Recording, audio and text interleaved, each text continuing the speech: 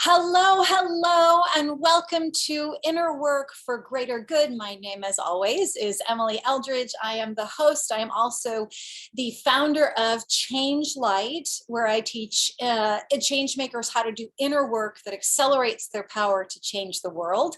And I do that through my Change Light system, which is all about teaching very simple tools and techniques, as well as discoveries that I've made in my work to help you truly access the truth within you, heal the struggles that are getting in the way, and really actualize that, bring that into reality so that you can shine your absolutely brightest, most beautiful light, because you have an incredible light inside of you.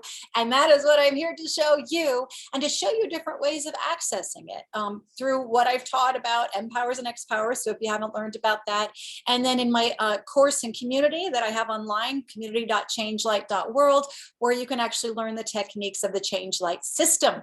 Before I get started, I should say, so in case you're wondering what this is all about.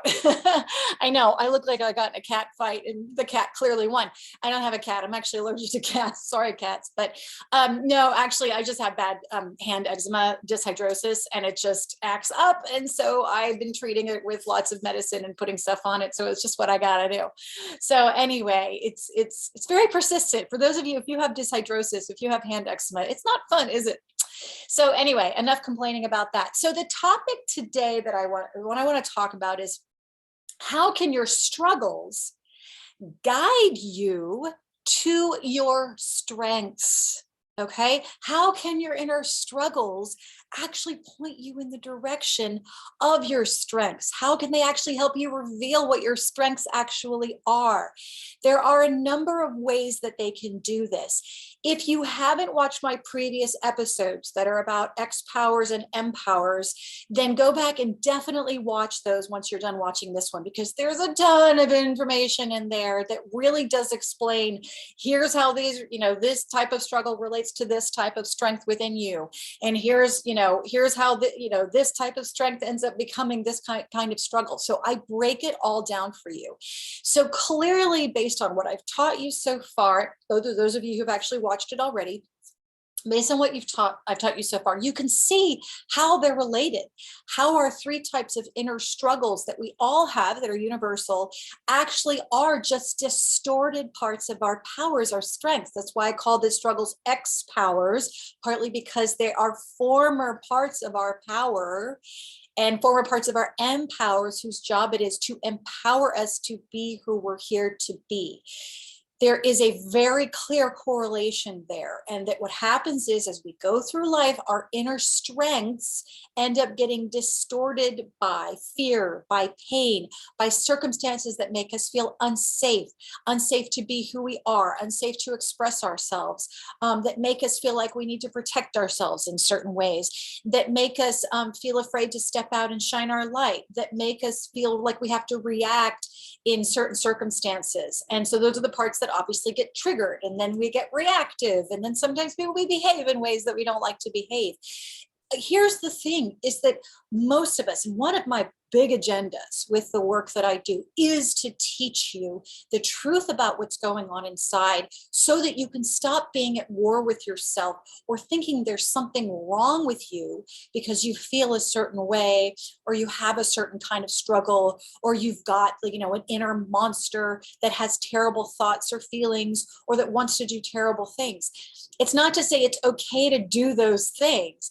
It's the point is that these parts exist for a reason, and that in my work through the drawing out process, I permanently transform those back into their original strengths.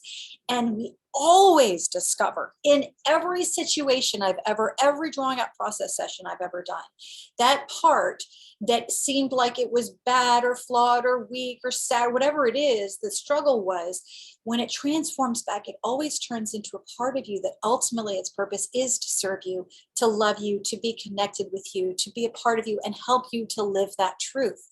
And so unfortunately, though, because these parts of us make us feel bad ways, make us behave in bad ways, make us feel terrible about ourselves, make us think terrible thoughts about other people, make us react in ways that we wish we didn't react, that we know is not who we truly are.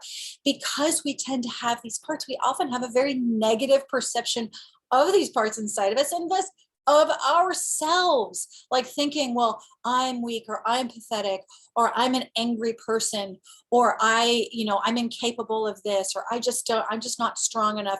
Whatever the thoughts or beliefs, feelings that we have about ourselves, that are all, they come from those X powers. Because the truth is, we aren't born with like insecurity. We aren't born with most of these things.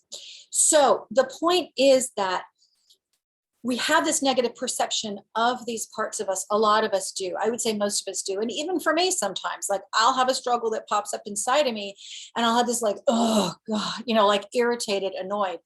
But I've done this work long enough to know, wait a minute.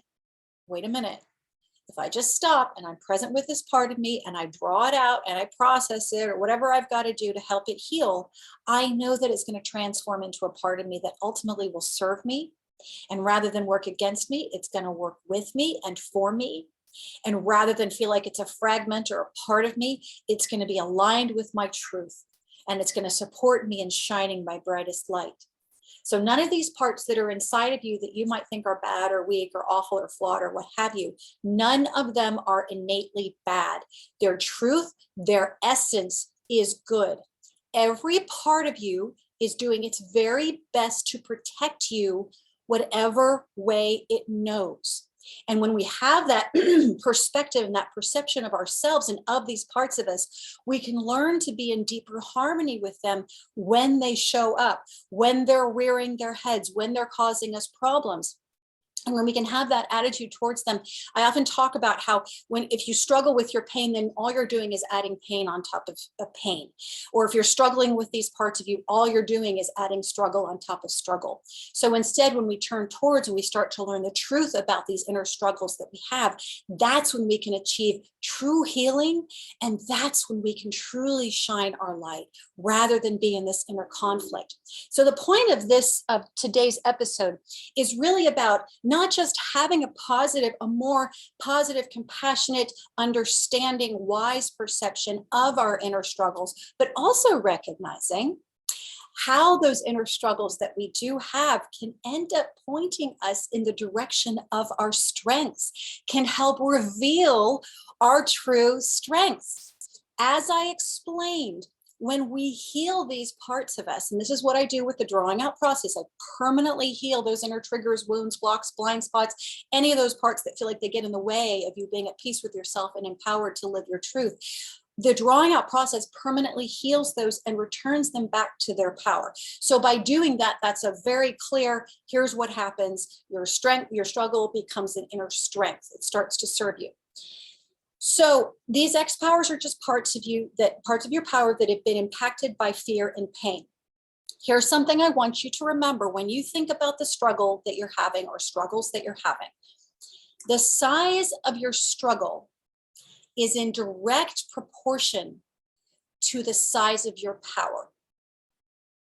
Let me say that again. The size of your struggle that you have is in direct proportion to the size of your strength, to the size of your power.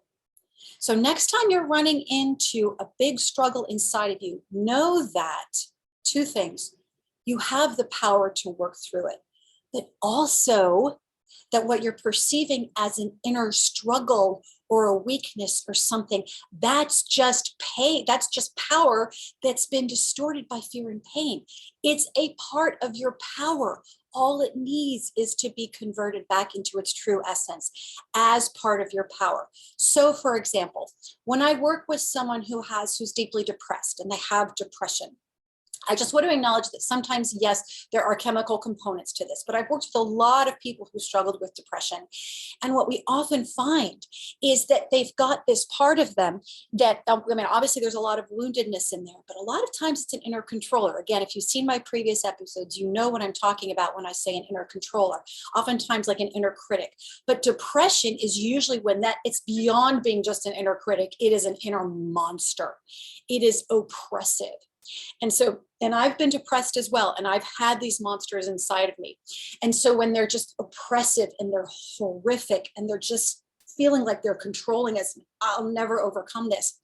When you can instead take that and work with it, right? So I often talk about the drawing out process. and transform that monster, as oppressive and awful as it feels, and as powerful as that monster feels inside of you, just remember, that's just a part of your power that's been impacted by fear and pain. And so in a way, it's like your own power kind of working against you. It's not okay. I'm not saying it's okay. I'm just trying to give you a different perspective on your own struggles, that these inner struggles can feel so oppressive and overwhelming. But when you can actually learn to transform them back to their original essence, they turn out to be a huge part of your power and strength. I'll give you an example, and I've talked about this in previous episodes. My very first, I call it my first monster that I ever drew out, I think I shared even pictures of it in some previous episodes, was an absolutely horrifically horrible, monstrous, vicious part of me that was basically causing me to be suicidal. It was causing me to hate myself, to loathe myself, to question even the concept of whether there was I didn't have a spiritual connection. I felt no sense of joy. I even questioned whether or not the people who supposedly loved me, if they actually loved me. I thought everybody was codependent. Like, it really messed with my mind.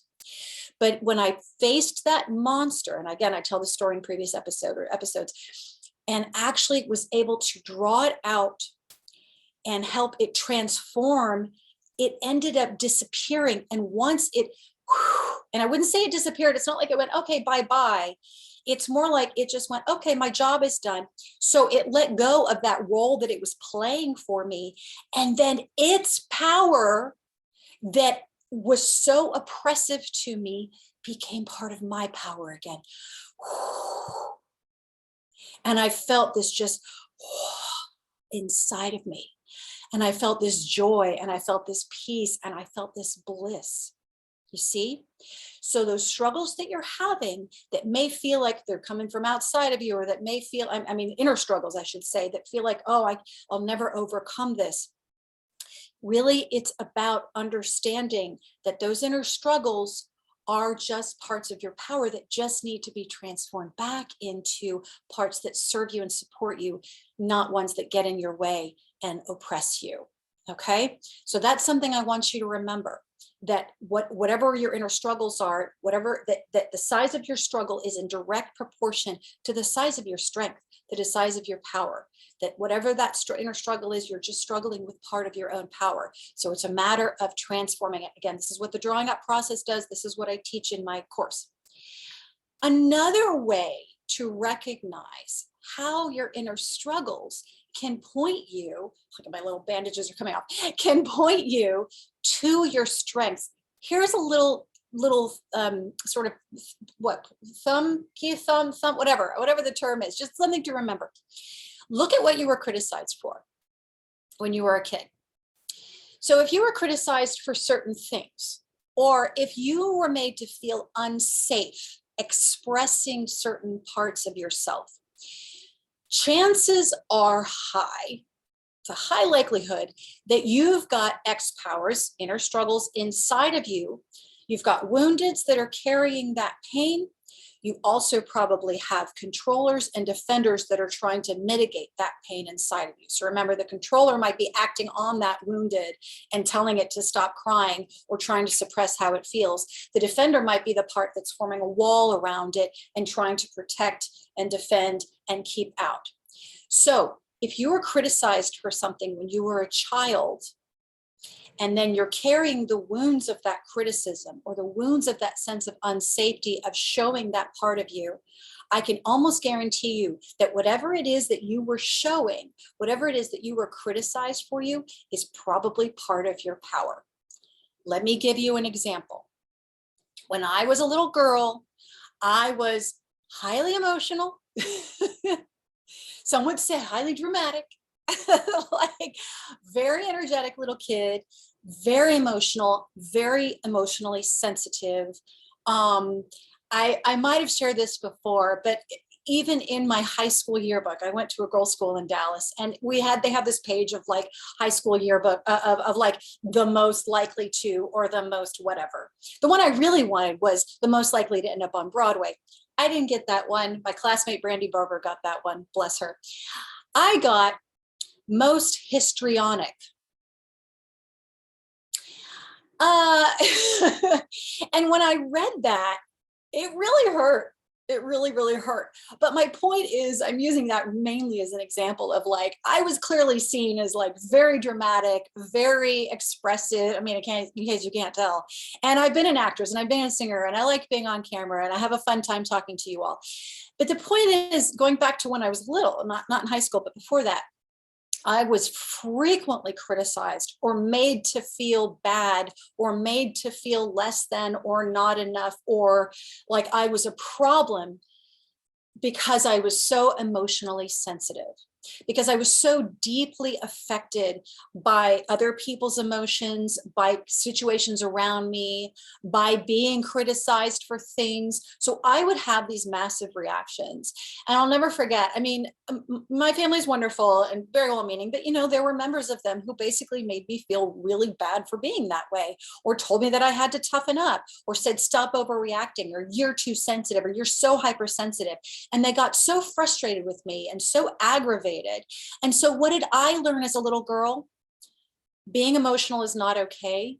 Being sensitive is not okay. That I'm going to get criticized if I show my feelings or if I, you know, express myself in particular ways. And that there was something wrong with me. That there was something wrong with me for being so emotionally sensitive. It took a lot of years. First of all, to even recognize that that was the messaging that I received and to really be honest about that. Because like, I love my family and they're wonderful people, but you know, we all make mistakes, we all screw up. And you know, they were really stressed when I was a kid. So there was a lot of this stuff going on. But it took me a long time to even recognize that. And then it took a lot of years to undo the wounds of having been criticized for those parts of me. And the thing is, though, part of the reason why it took a while to even recognize that I was carrying those wounds was because I so completely believed that, yeah, I shouldn't be emotionally sensitive. I mean, it got so bad that in my 20s, I'll never forget, it was like I just cut off emotionally, just completely cut off.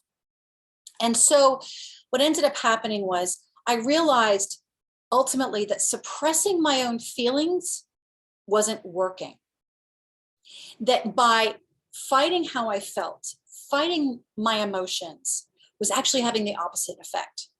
It was causing me to hate myself more, to shame myself more, to feel worse about myself. And not only that, it just didn't work because the emotions kept coming. And so when I talk about that first sponsor, that was one of the big pivotal moments when I realized that subconsciously how much I'd been shaming myself for feeling the way I felt and thinking I didn't deserve to feel the way I felt and thinking I didn't deserve to be depressed. And so what I discovered in then healing those wounds was, and those parts of me started to heal, what I discovered was, oh my gosh, my emotional sensitivity is not a weakness. It's not a flaw. It's a superpower. It's one of my superpowers. It's one of my greatest gifts, one of my biggest strengths. So what I'd been taught was a weakness because other people, maybe I was just too much energy for them, too much. Oh, that's another one too, too much. Have you ever been accused or made feel that way? You're too much. Because I'd been taught to believe that that was a weakness, I thought it was a weakness.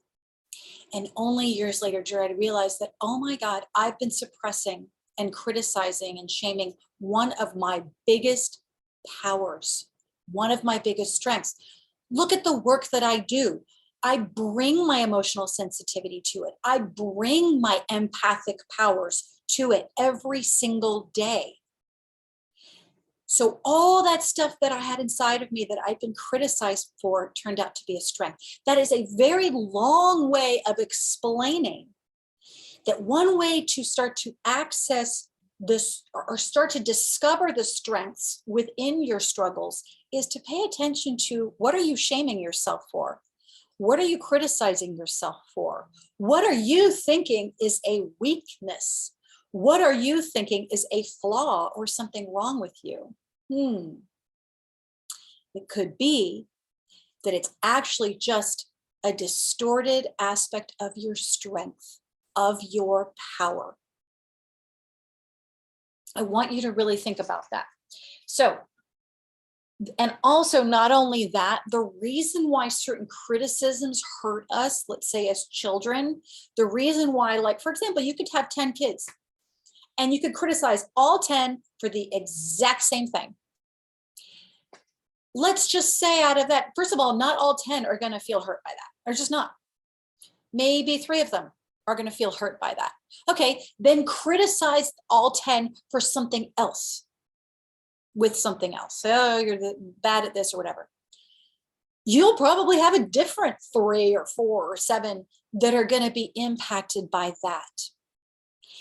And the reason why is because what hurts us the most that we're criticized for is it usually hurts us the most because because that thing for which we were criticized is a core part of who we are. So I think in an earlier episode, I used the example of, like, if someone criticized me for my hair, which, you know, it's all fuzzy and fun today. I waved it, I curled it just for fun. But if someone criticized me for my hair, I wouldn't take that all that personally, because I can always change my hair. However, if I'm a hairdresser, if I'm a stylist, if I'm someone who's, you know, my passion or my sense of power in the world, or the impact that I feel that I can have, is somehow, if my hair is somehow an aspect of that or an expression of that, especially if I'm a hairstylist. If you're a hairstylist, you know, that's part of your, maybe that's part of your calling, part of your truth. What you're here for is how you express yourself through hair, or how you help other people express themselves through hair. And then someone comes along and says, well, your hair is really ugly.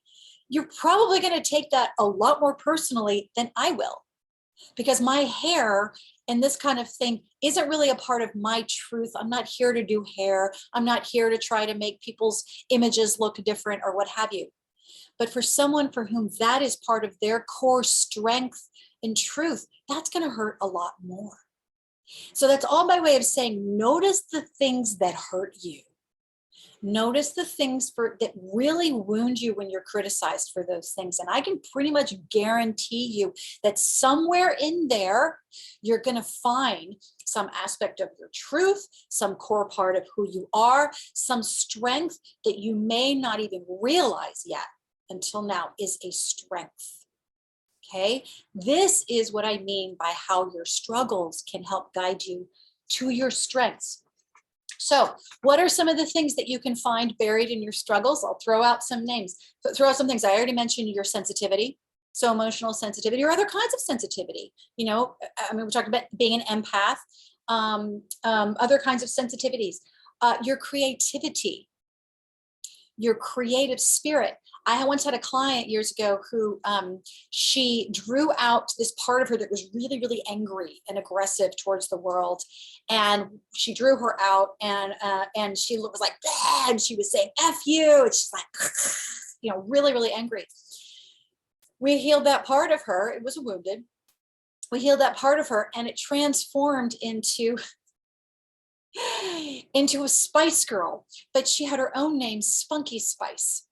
So it went from this really angry part of her to Spunky Spice with this funky haircut and saying, hey, and then my client ended up using Spunky Spice as part of her creativity. She opened up so much joy and creativity and fun and pleasure and all kinds of cool stuff within her. Okay. So this was a part of her that she hated and she resisted because it was so angry, etc. And we transformed it back, and then it became a source of her creativity. And she was a singer, by the way, this client of mine. Your wisdom and intuition. Wow, is there so much wisdom in pain? Wow, is there so much wisdom in these X-powers, in the woundeds, in the controllers, in the defenders? I think I talked to, especially about the defenders. They are really good at knowing where your boundaries are, even when you don't. A lot of them are. So defenders can be a great source of wisdom. And like whatever is your truth that you need to be listening to and you need to be honoring, defenders can be fabulous at that. So they can be really good at giving you that wisdom that you need to guide you forward. Your inner joy and freedom. Sadly, so many of us shaft that sweet little inner child because we think, well, usually it's because life is all about, we have to survive. And we don't see the free-spirited inner child inside of us as a part of us that can help us survive. BS. BS. I am telling you, when you tap into that free spirit inside you, that inner child, and you let its joy and its freedom and its pleasure and its excitement fill you, it can fuel you to go even further, to do even more, to have an even more fabulous life. So your free spirit, the wounded that's inside of you, that sad little, child, it may be that it's part of it. It could be, they're different like wounded that transform into different types of free spirits. But basically there's a type of free spirit that's just all about joy and playing on the playground. Ah! Okay. So there's so much power in that. And there's so much wisdom in that too, because that little inner child can also give you some great wisdom that can guide you forward to really live a life that feels good for you. New perspectives and epiphanies on old stories. I just worked with a client the other day who, it was fascinating how we listened to that inner little girl inside of her, who I will say, actually, in that moment, from my perspective, as I was listening to what the little girl was saying, I wasn't necessarily hearing anything sort of groundbreaking for me, or not for me, obviously it wasn't for me, but I mean, like, that to me, I would have thought, oh, that's really groundbreaking, that making, that's going to make a big difference, or that's some that bit of wisdom that my client's going to love when I talk to her again. But actually what happened was, by having that conversation with that little girl, it revealed all kinds of epiphanies for my client and new perspectives on her current life, and on how the patterns in her adult life came from the patterns in her childhood. So there's all kinds of, along with sort of the wisdom, is that we can also get all kinds of new perspectives and epiphanies on old perceptions, old stories that we're carrying, maybe perceptions we had of ourselves. Maybe we're shaming ourselves and thinking we did something wrong, or we shouldn't have said that thing because it had this result. But, and again, I'm thinking of another client where she said something when she was a child to her parents, and she has blamed herself and thought that she was responsible for her parents separating. But as it turned out, because we had that conversation, she had this whole shift and was like, wait a minute, that's actually part of my power to speak truth. And that's what I was doing. I've been shaming myself all these years for being such a voice of truth, and I've been repressing it because I thought that there was something wrong with my having done that. But she goes, that was actually really courageous of me to speak my truth. You see? So again, that's where she discovered that she is a truth teller, and that is a big part of her power, to be a truth teller, speaking her own truth, but also speaking truth to others. So, and then of course, finally, in terms of how your struggles can guide you to your strengths, there's simply the fact that when we have struggles at all in life, that it gives us the opportunity to build up our strengths, to build our spiritual, emotional, mental, physical, whatever muscles. And to illustrate that point, I will use the example of actual muscles. I don't know if you know this, but the way that muscles form is from rips in the muscle fibers. So when people are working out, big workout, with the and pushing all those heavy things, what's happening is they're causing rips in the muscle fibers. So then the body goes in to heal those rips. And with the healing, that's what builds the muscle. That's how they get stronger. And there's probably a more scientific way of explaining that, but that's the basic. So if you're a doctor, I apologize if I ruin that, but that's the basic idea. So think about that. It's because of the rips. It's because of the breakage, if you will, and then the healing that results from that. That's how you gain the muscle. That's how you gain the strength. So just the process of facing your struggles and dealing with struggles is strengthening. Not only that, I often like to say, what if your struggles were actually preparing you to live your truth and to be truly in your power and to be strong as possible in living your truth? again, I'm going to use myself as an example here in terms of the drawing out process. And when I went through that bad period with that first monster and I was in a deep, dark night of the soul. And then because of that, facing all that darkness, discovered the work that I do today. Well, I had to go through a lot of stuff to even develop the process and then to make the discoveries. I had to face my own struggles and I had to really work through a lot of stuff to get there. But here's the cool thing. Because I've been through all this, and if you're a coach or a teacher, then you know exactly what I'm talking about. Because I've been through, and because we've been through those experiences, that is what enables us to make a difference and to serve people. I remember sitting in prison. Sorry, I always say that when I was in prison, but I've sat in rooms full of inmates. And these guys have said to me, have you ever been in prison before? Like after I've spoken, have you ever been in prison before? And I say, no, I haven't. And they're like, wow, because somehow you just get it. And the way I interpret that is I've never physically been in a prison, but I've been in my own emotional prison. And because I've been in my own emotional prison and done the work to heal, I can then connect with those men who are in physical prison and in their own emotional prisons as well. And so there's a certain empathy there, there's a certain understanding and a certain compassion that would not be able to exist had I not had my own struggles with my own inner emotional prisons. So my point is this: don't resist or fight against your struggles. See the strengths in them that are hidden inside them. See the wisdom in your struggles, meaning the parts of you that you're struggling with and you think are wrong or weak or bad or you got to fix it kind of thing. Yes, of course, these things need to heal in order for us to fully shine our brightest light, live our biggest truth. But the way you start to do that is, again, shift your perspective. It's not, your struggles are not something to fight. I often say, never struggle with your struggles and never put pressure on your pain, because you're just going to create more pain and more struggle. Instead, turn towards and recognize how, wait a minute, what if there's some untapped power in here that I really haven't known about or recognized? What if the things for which I was criticized as a child are actually the very things that I'm here to do and to help others with? Okay? Look at your struggles in a new light. That's what this is all about. And see how they are a reflection. It could be a reflection of your true strengths.